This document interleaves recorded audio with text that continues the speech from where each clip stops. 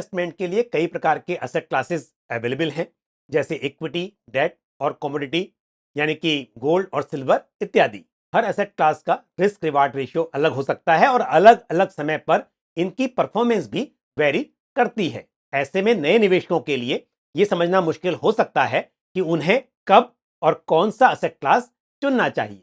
नमस्कार, आप देख रहे हैं हाइब्रिड फंड की पाठशाला, an investor education and awareness initiative by Mirae Asset mutual fund. मैं हूं पंकज मठपाल। आज के इस एपिसोड में हम बात करेंगे कि हाइब्रिड फंड्स नए इन्वेस्टर्स के लिए क्यों सुटेबल हो सकते हैं और ये उनकी इन्वेस्टमेंट जर्नी को कैसे आसान बना सकते हैं।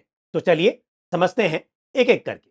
पहली चीज जो हाइब्रिड फंड्स को नए इन्वेस्टर्स के लिए सुटेबल बनाती है वो है डाइवर्सिफिकेशन। हाइब्रिड फंड्स के जरिए एक ही फंड से इक्विटी और डेट जैसे अलग अलग एसेट क्लासेस का एक्सपोजर मिल सकता है। ये एक ऐसा जरिया है जो नए इन्वेस्टर्स के लिए डाइवर्सिफिकेशन को सिंपल और इफेक्टिव बना सकता है, चाहे आप छोटी अमाउंट से ही इन्वेस्टमेंट की शुरुआत क्यों ना करें। दूसरा है मैनेजमेंट का रिसर्च। हाइब्रिड फंड का एक और बड़ा बेनिफिट है कि ये प्रोफेशनली मैनेज्ड होते हैं। फंड मैनेजर्स एक रूल बेस्ड तरीके से और एक सिस्टमैटिक अप्रोच के साथ हाइब्रिड फंड्स का एसेट एलोकेशन तय करते हैं और पोर्टफोलियो को एक्टिवली मैनेज करते हैं। ये नए इन्वेस्टर्स के लिए एक बड़ी राहत की बात हो सकती है, क्योंकि उन्हें खुद मार्केट को ट्रैक करने की जरूरत नहीं होती। नेक्स्ट है रिस्क मैनेजमेंट।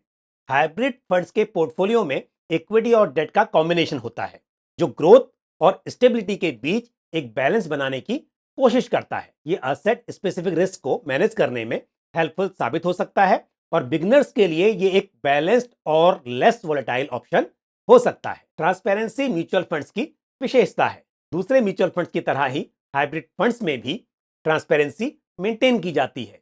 आप आसानी से जान सकते हैं कि एक हाइब्रिड फंड ने इक्विटी और डेट में कैसे निवेश किया है और उसके पोर्टफोलियो में कौन सी कंपनीज या सिक्योरिटीज हैं। यदि बात की जाए कॉस्ट और कन्वीनियंस की, तो मैं आपको बताना चाहूंगा कि हाइब्रिड फंड्स में आप छोटी सी अमाउंट से सिस्टमैटिक इन्वेस्टमेंट प्लान यानी कि एसआईपी के जरिए भी निवेश कर सकते हैं, जो नए इन्वेस्टर्स के लिए सुविधाजनक हो सकता है।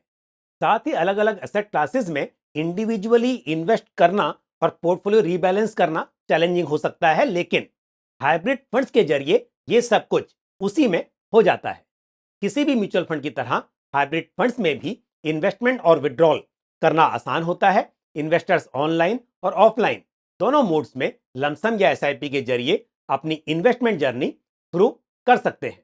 तो ये थी कुछ जानकारी कि कैसे हाइब्रिड फंड्स नए इन्वेस्टर्स के लिए सुटेबल हो सकते हैं। मुझे उम्मीद है ये जानकारी आपको पसंद आई होगी। यदि हाइब्रिड फंड से जुड़ा हुआ आपका कोई भी सवाल या सुझाव हो तो आप कमेंट बॉक्स में पोस्ट कर सकते हैं। हाइब्रिड फंड की पाठशाला के इस एपिसोड में इतना ही। इसी के साथ मुझे दीजिए इजाजत। अगले एपिसोड में फिर किसी इंपॉर्टेंट टॉपिक के साथ आपसे मुलाकात होगी। धन्यवाद।